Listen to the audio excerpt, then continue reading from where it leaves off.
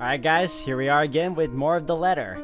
And I gotta say, this particular episode is packed with a lot. I won't get into much more than that, guys. I'll let you see it for yourselves. And with that said, hope you continue to enjoy watching. And let's keep it rolling. Alright guys, we're continuing off where we left off. Oh, we're starting Zach's story now. At the very least, we managed to keep Hana alive, so, okay. But, I am still of the belief, yes, I'm gonna keep saying it, guys. Isabel's not gone yet. She's not. I don't know, no. Okay, anyway. The pleasant aroma hits me long before I cross the threshold. Faint, but light and warm, a reminder of what home is. Pa's stern but commending gaze. Ma's tender smiles, the sunlight filtering through the eaves in the morning. And the distinct smell of cinnamon and vanilla as it drifts through the air every time something cooks from the room. The room. Our room. Ma and Pa's pride and joy. My sister and I too eventually. But we ain't allowed there. Not yet. Not until we're taller or older. Not until we've learned how to take care of ourselves and not burn our hands or reach the cupboards without having to be lifted. But a little peek wouldn't hurt, yeah? The floorboards are cold under my feet more than it usually is. The walls more forbidding than what I'm used to. Farther and farther the room goes. Ma's singing ceases and Pa... No, please wait! I'll be good! I'll sleep on time! Don't go! I can't hear Pa. Not above the raucous clanging and the deafening roar of gunshots, nor the screams replacing the comforting soft melodies. There's only the blinding fear. When my foot slips, the red sea that catches me is bitter and frigid, but the blood that drips in my hand is warm. Warm, warm. It ain't my blood. The walls tumble and everything goes quiet.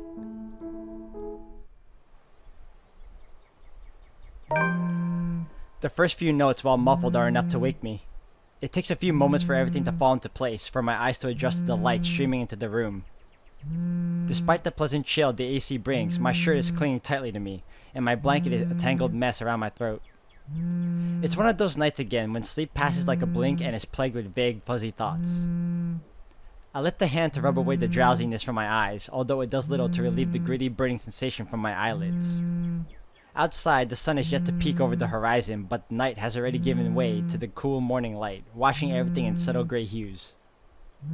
At this hour, the entire city remains unstirring.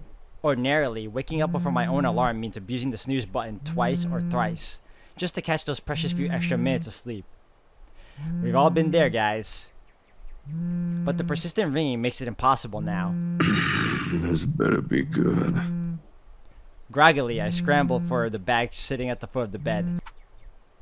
The ringing still hasn't stopped even as I fish the phone out, and Ash's name flashes brightly on the screen when I turn it on. Must be pretty urgent if he hasn't dropped the call yet. Where are you?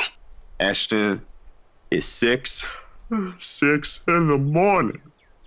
Sun hasn't even risen. Hell, my brain ain't even awake yet. What do you need? Get your ass here, pronto. Here? Hold on. Can't this wait until I'm actually awake? No, Rebecca's not. His voice hitches and I fail to catch the last of what he's saying over the sudden racket on the other side of the line. When the noise dies down, however, he does not continue. This abrupt change in his tone, the unexpected hesitance to speak puts me on the edge, and a different kind of anxiety clings to me. Something's wrong. Here is where, Ash? Ermengarde Memorial Hospital. ER. Yes! Yes, I knew it, guys! I'm so thankful! Oh! Critical condition! She's still alive! Isabella's still alive! Oh! Guys, I don't think you understand how happy I am because I know, I just know she couldn't have died like that. I made some decent choices. There was no way she should have, left us like that. Sorry guys, it's just so good to be vindicated, Ooh, okay. Becca's already there. I need to be off somewhere. Just get there, please. He drops the call before I can ask more. Maybe it's just me or my sleep-addled brain, but in that short moment, he sounds almost as if he's pleading. The thought alone does not ease the lump of dread gripping my insides, already heavy with fear. But despite the questions currently swimming inside my head, I waste no time in getting dressed. The rest of the day's plans and scheduled meetings effectively forgotten. Whatever lies ahead, I hope this ain't one of those times when my intuition is right. The scent of hospitals never grow on me. Too fresh, too medicinal, too sterile, and if I am to go down the more morbid train of thought, I'd say the air smells a little like blood and death if one pays closer attention. He's definitely not wrong. It's not entirely terrible in itself, just that the scent alone is enough to bring about old memories, mostly unpleasant. I'm not saying the recent birth of my niece is one, of course.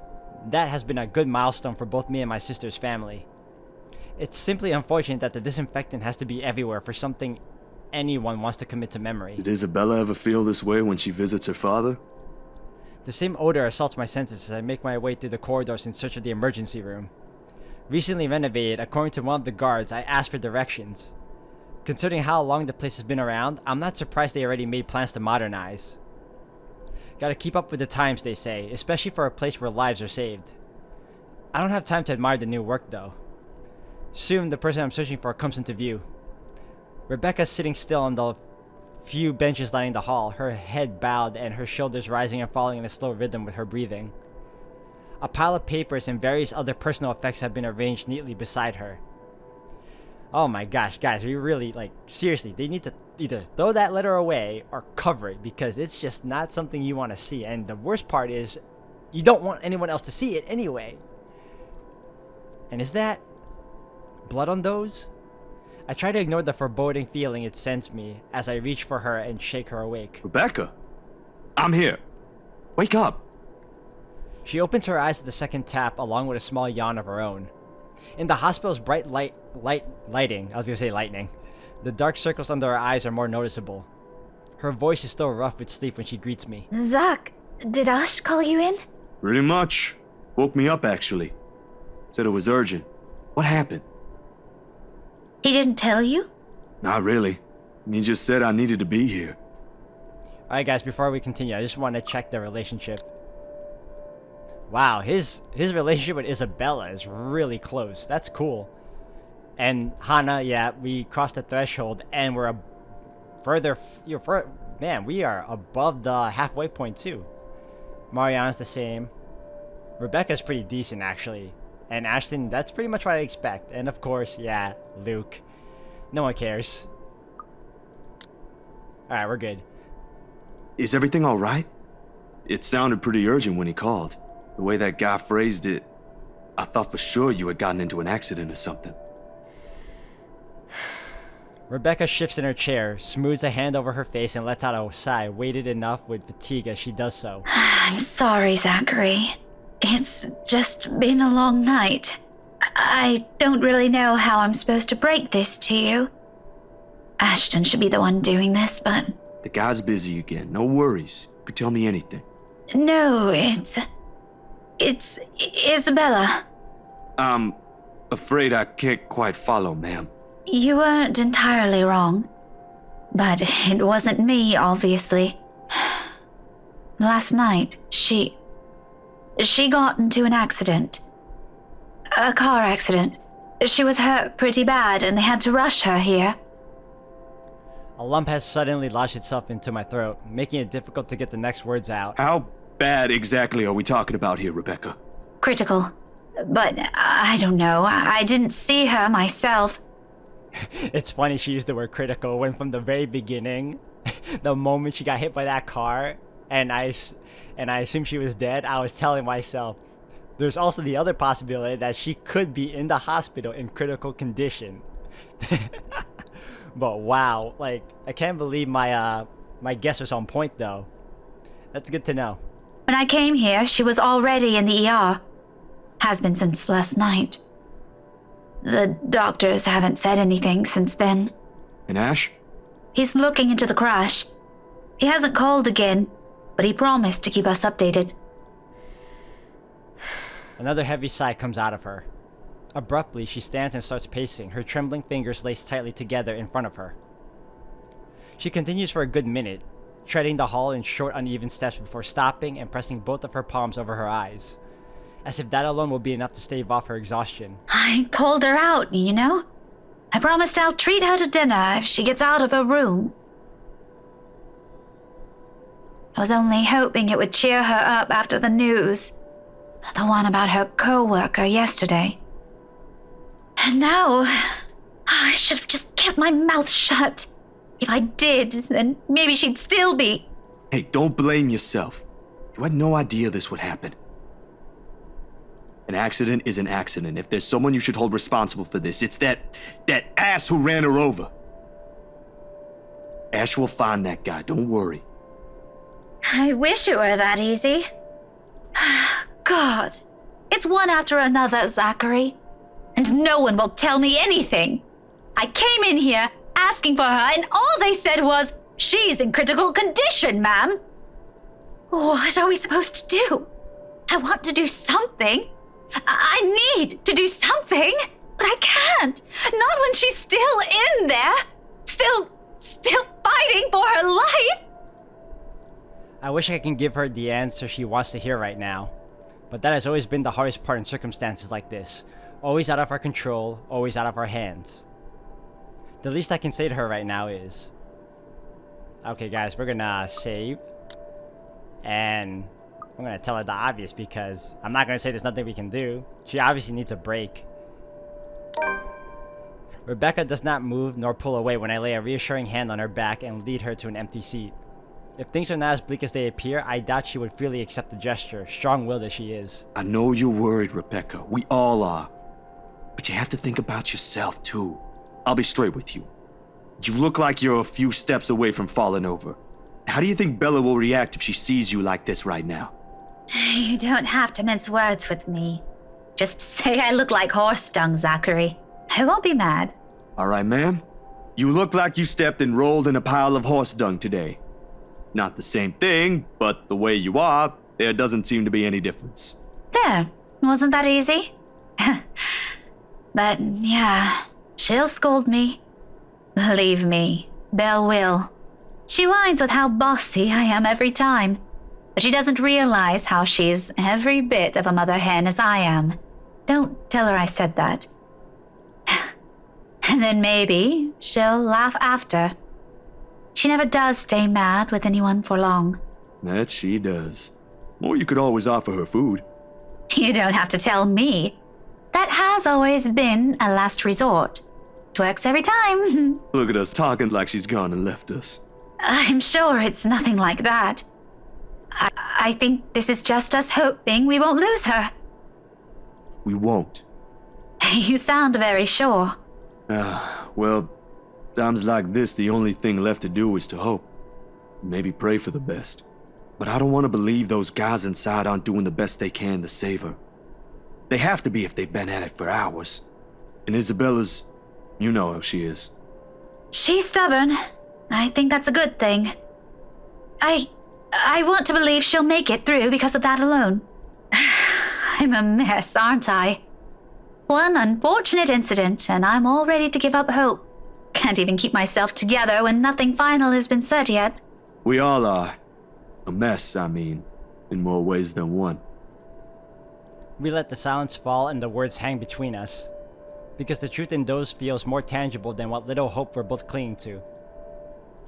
Somewhere far off the hall, I can almost hear the faint beeping of machines. Which ones is Isabella's, I wonder? How is she doing? How long are we supposed to wait? Will she pull through? But it's always the waiting, ain't it?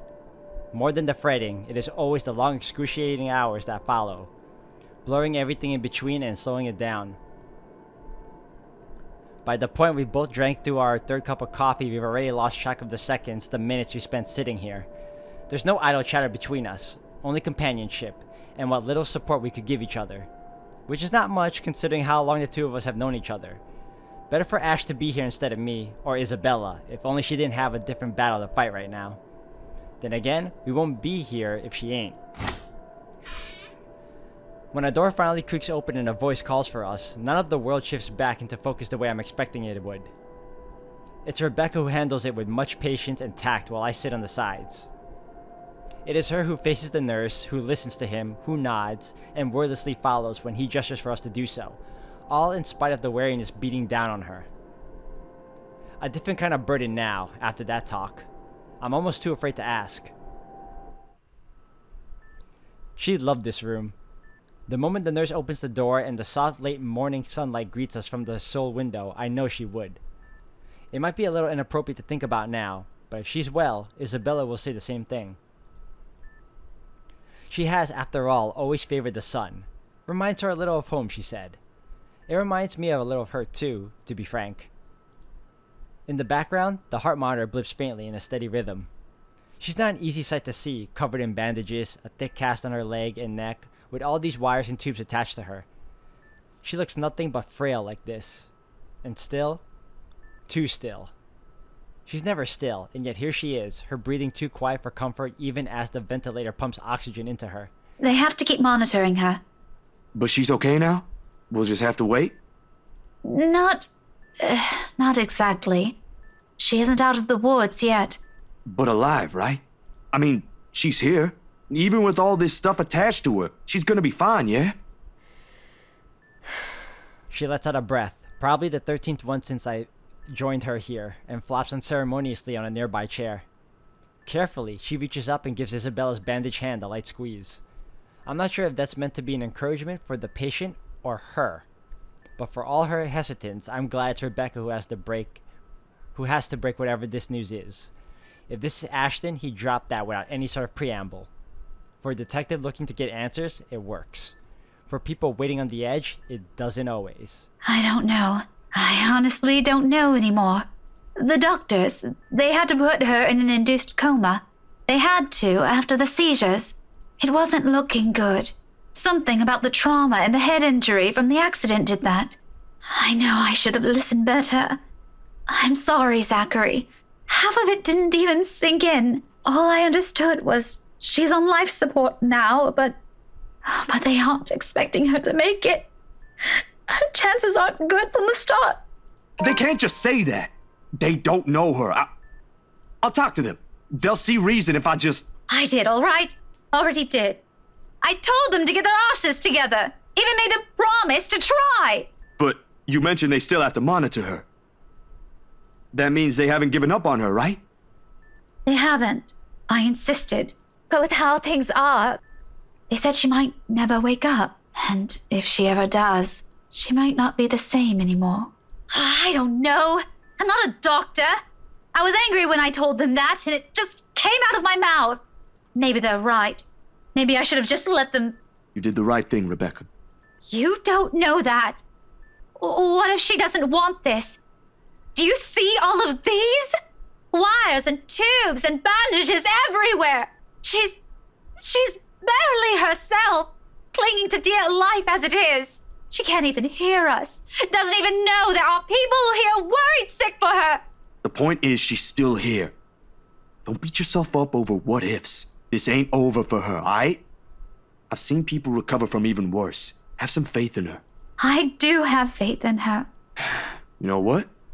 I think this is just a lack of sleep talking. You been here since when? Last night? Go get some rest, Miss Gales. But Isabella's... I'll take care of her, don't you worry. We can do shifts if you want, but go home first. We'll talk about that later when you ain't looking like you're about to fall apart. If you keep going like this, you're the one who'll end up here next. The rebuttal I'm expecting from her for even suggesting the idea doesn't come. To my surprise, she merely chuckles. This feels like a conversation I had with Isabella a few days ago. I said the exact same thing to her. Then maybe it's a sign you should rest. Let me take over from now. Maybe. But I'll keep that in mind. Are you sure you'll be fine alone? I'll come back this evening. So if you need anything picked up, I can get it for you. Nah, no problem on that front. Besides, if I do need something, my apartment's just a few blocks away. Skipping a hop, that's all I need. Focus on getting some sleep. Let me take care of this for a few hours. Do it for everyone's sake, Will do.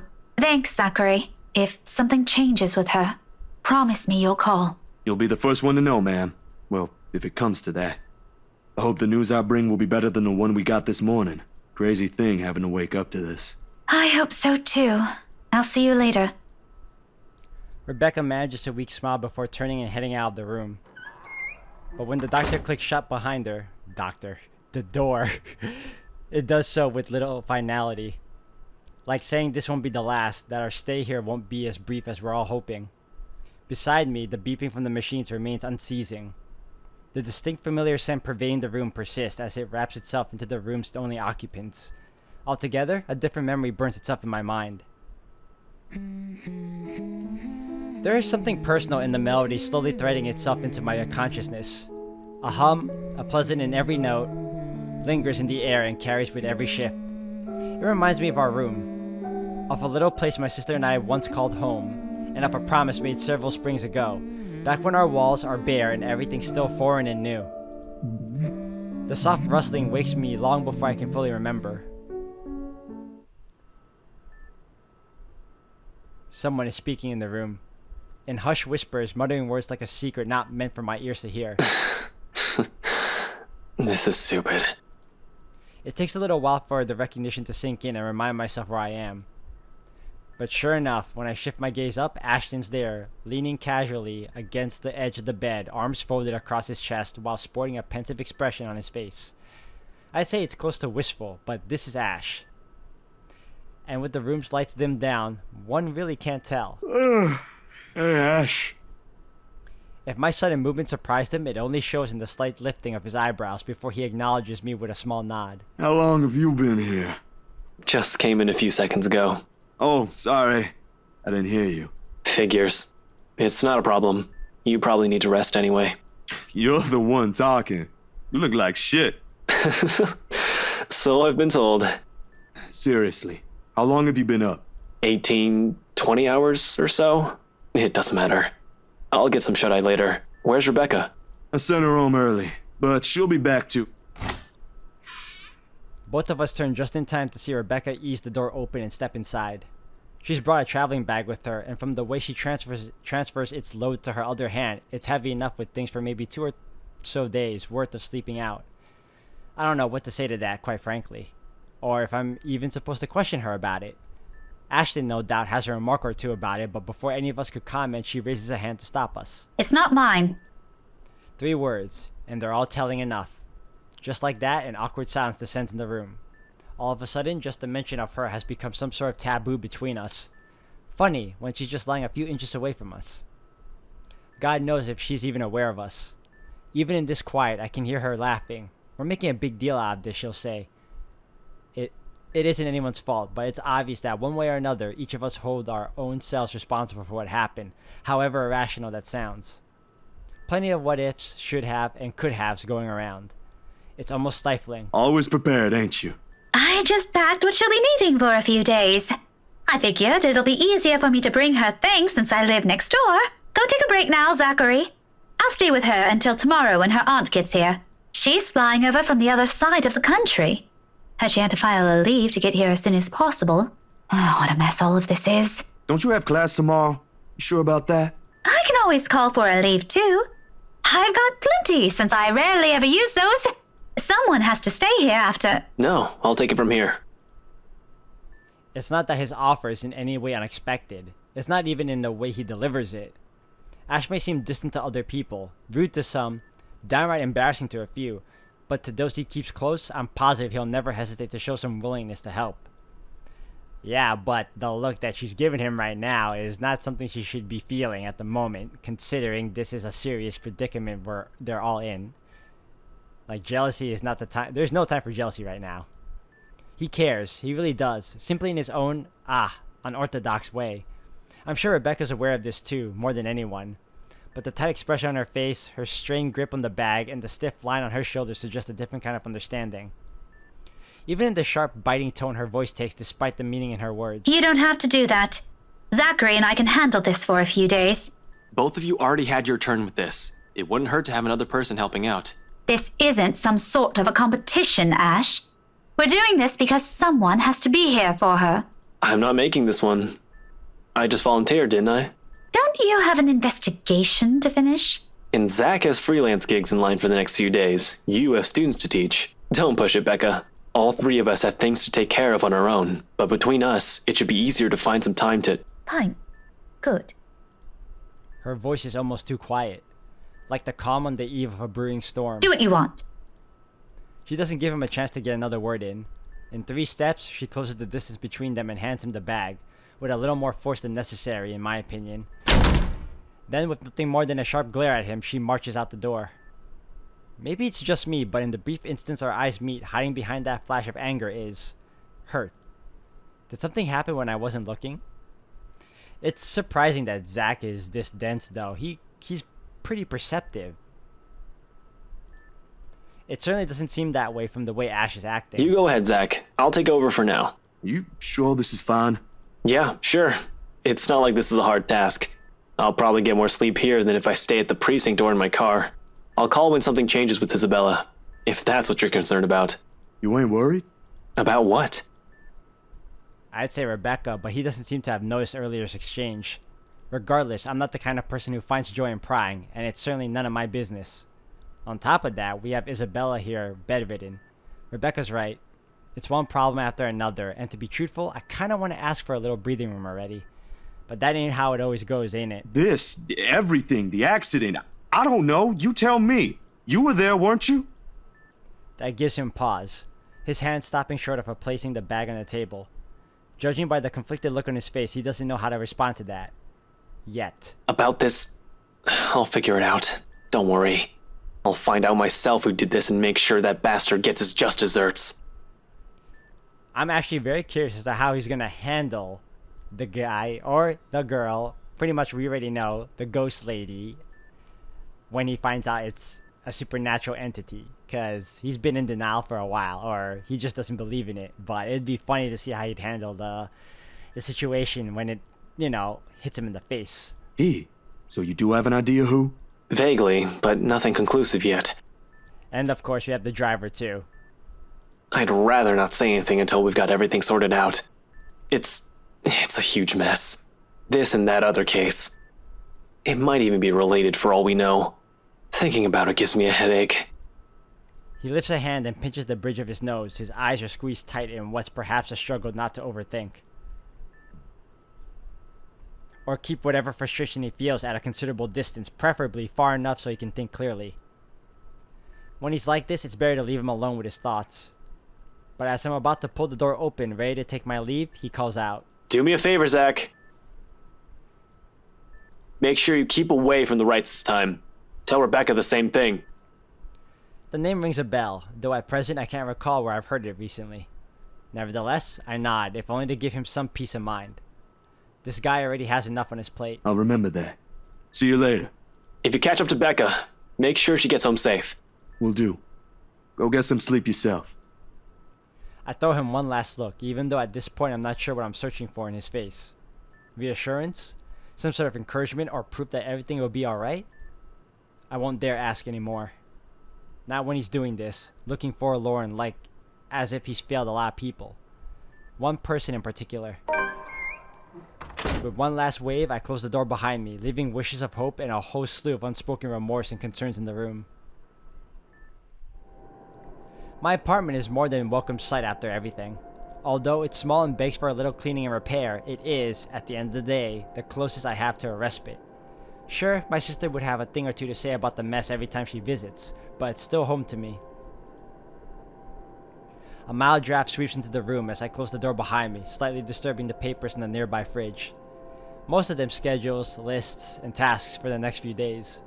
Something to keep me busy while I sort myself out. And now with what happened to Isabella, something to temporarily take my mind off things. A lone note flutters by my feet, the letters on the surface glaring at me with mute intensity. Ermengarde Mansion, H. Wright, 11 a.m. After Ashton's warnings, they all hold a different meaning now. The next 2 days rush by in a blur, altogether leaving a collective mess of work suddenly piling up and new unexpected acquaintances, or friends. Depends on how you look at it, really. Either way, I'm stuck developing these photos at 3 in the morning to reach a deadline set by an overeager art director. Don't get me wrong, Julius is good, has a vision, and knows what he wants. But damn, he can be too enthusiastic sometimes. Doesn't matter when you couldn't sleep anyway. There's nothing new in it, of course. After years of working as a freelance photographer, it's simply something I've grown used to. Get to know people, build a client base, do good work, and cash in some late hours if need be. Rinse and repeat. It certainly takes a while to get some footing on the field, but it's the kind of thing that pays off in the long run as long as you keep at it.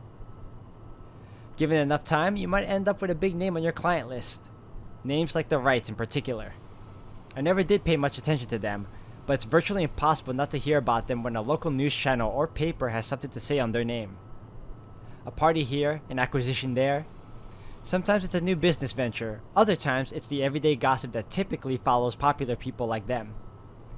Not in a million years did I ever imagine I would end up working for such a high-profile couple. And between that and the fuss that comes with, it leaves me no time to ponder over whatever happened to Isabella or why Ash is so adamant we keep away from the pair. They do seem like the good folk, though, despite the whole fame thing. Sure, there was a rumor running around years ago about him being involved in some business scandal. But just like every gossip blown out of proportion by the media, nothing came of it, and eventually it simply died down. Much is definitely left to be said for the husband, but I doubt a woman like Miss Wright would pick him if he doesn't have any good points at all. Miss Wright, Hana herself though, she ain't particularly bad the way the press makes her out to be. The tabloids had it all wrong, that's for sure. For someone born with a silver spoon in her mouth, well, she ain't exactly what I was expecting. Among other things, the newfound friendship is what I least expected from her, but here we are.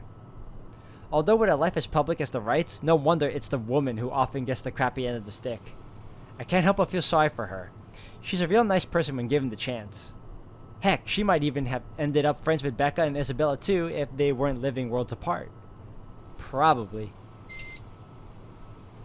The beep quickly pulls me back before my thoughts travel any further.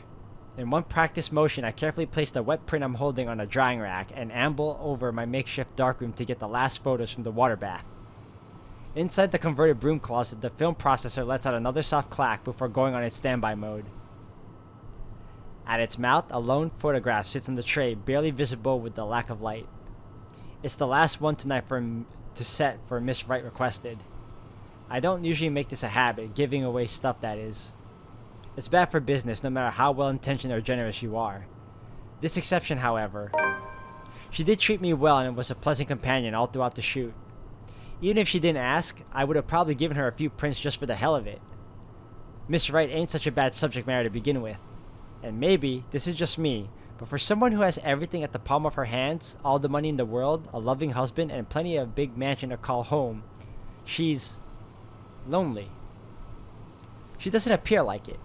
It shows in the tone of her voice, how she moves, and most certainly in her smiles. Always hidden behind the glamour for the world to never see. Sometimes for people like her, small things like these helps. A little reminder that the world can be kind too. Water drips from the paper as I blindly pick it up and gently lay it on another tray, holding a decent amount of photo flow. A few seconds under the solution is all it needs before it's ready for drying. No good rushing this last one, even if my body is already screaming for some decent snooze. My hand fumbles for the light switch, moving towards it with familiarity, while I fish for a squeegee among the mess of tools on the jar with the other. The bulb flickers twice before a glow settles and casts a soft light in the tiny space. When I glance back down and squeegee in hand, ready to finish the process and finally call it a night. What on earth? Whoa, her head is gone. Blurred and distorted beyond recognition, rather.